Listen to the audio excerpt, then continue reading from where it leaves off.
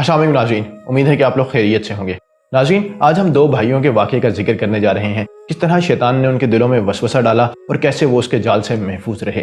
आइए वाक़े का आगाज़ करते हैं। एक दूर दराज गांव की बात है कि दो भाई रहा करते थे। उनके बाप ने उनके लिए तरके में बहुत सी जायदाद छोड़ रखी थी, जिस पे वो खेती बाड़ी किया करते थे और जो फसल हासिल होती थी उसको शहर जाके फरोख्त कर दिया करते थे और उससे जो मुनाफा मिलता था उसे बराबर तकसीम कर दिया करते थे। बड़ा भाई शादीशुदा था और उसके बच्चे भी थे, जबकि छोटा भाई अभी गैर शादीशुदा था। एक दफा ऐसा हुआ कि फसल पक चुकी थी। दोनों भाइयों ने उसकी कटाई की, उसे जानवरों पे लादा और शहर फरोख्त करने लेके जा रहे थे कि एक बुजुर्ग उनके पास आए और उनसे भी उनके काफिले में शामिल होने की इजाजत चाही। दोनों भाइयों ने उन्हें इजाजत दे दी और कहा कि रास्ते में बातें करते जाएंगे, वक्त भी अच्छा गुजर जाएगा। उन बुजुर्गों को जैसे ही मौका मिला उन्होंने तन्हाई में बड़े भाई से बातें करना शुरू कर दी। उन्होंने उससे पूछा, बताओ तुम क्या करते हो। उसने बताया कि इस तरह जमीनें हैं, उन पर फसल लगती है, फसल को जाके शहर बेचते हैं, मुनाफा आता है। उसने कहा कि बताओ तुम शादीशुदा हो। उसने कहा कि जी हाँ, मैं शादीशुदा हूँ, मेरे बच्चे भी हैं। बुजुर्ग ने पूछा, फिर मुनाफा तकसीम कैसे करते हो। उसने कहा कि हम आधा आधा बांट लेते हैं। उन्होंने कहा कि फिर तो तुम खसारे में रहे। बड़े भाई ने पूछा, वो कैसे। उसने कहा, देखो तुम शादीशुदा हो, तुम्हारी बीवी भी है, बच्चे भी हैं, तुम्हारा खर्चा भी ज्यादा है, तुम्हें तो चाहिए कि मुनाफे में से हिस्सा भी ज्यादा लो, और तुम जमीन पे मेहनत भी ज्यादा करते हो, तुम्हारा भाई तो आवारा घूमता रहता है। बड़े भाई के दिल में वसवसा डालने के बाद वो छोटे भाई के पास गए। उसे तन्हाई में पाया तो पूछने लगे कि बताओ तुम क्या करते हो। उसने कहा कि ऐसे जमीनें हैं, उन पर फसल लगती है, उन्हें शहर जाके बेचते हैं, मुनाफा आता है। उन्होंने कहा, बताओ क्या तुम शादीशुदा हो। उसने कहा, नहीं, मेरी अभी शादी नहीं हुई।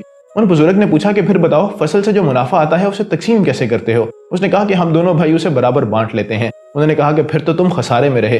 छोटे भाई ने पूछा, वो कैसे। उन्होंने कहा, देखो तुम्हारे बड़े भाई की तो शादी हो गई है, उसके बच्चे भी हैं, तुम्हारे पास तो अभी घर भी नहीं है, तुम्हारी शादी होनी है, तुम्हारे भी बच्चे होने हैं, तुम्हें तो ज्यादा पैसों की जरूरत है और तुम तो मेहनत भी ज्यादा करते हो, जबकि तुम्हारा भाई तो बच्चों में मसरूफ रहता है। वो छोटे भाई के दिल में भी वसवसा डाल चुके थे और दोनों भाइयों के दिल में अब ये इरादा था कि फसल बेचने के बाद जैसे ही गाँव पहुंचेंगे एक दूसरे से बात करेंगे और इस दफा ज्यादा मुनाफा लेंगे।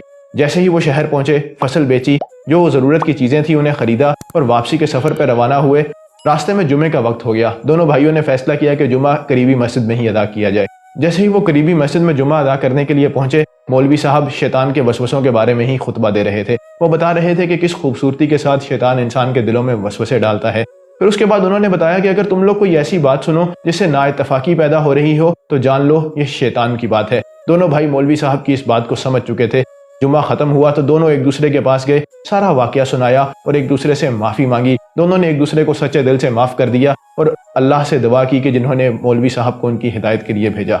नाज़रीन, शैतान इंसान की कमजोरियों से वाकिफ है। वो नहायत ही नाजुक लम्हों में नाजुक रिश्तों पे हमलावर होता है। हमें चाहिए कि हम अपने पे और अपने इर्द गिर्द माहौल पे नजर रखें और वसवसों से और वसवसे डालने वाले लोगों से अपने आप को और अपने चाहने वालों को महफूज रखें। और याद रखिए, इस्लाम हमें हुक्म देता है कि हम आपस में जुड़ के रहें और अल्लाह की रस्सी को मजबूती से थामे रखें, क्योंकि इसी में ही कामयाबी है। उम्मीद है आपको आज का वाकया पसंद आया होगा। अगले वाकये तक के लिए मुझे दीजिए इजाजत। तब तक के लिए अल्लाह हाफ़िज़।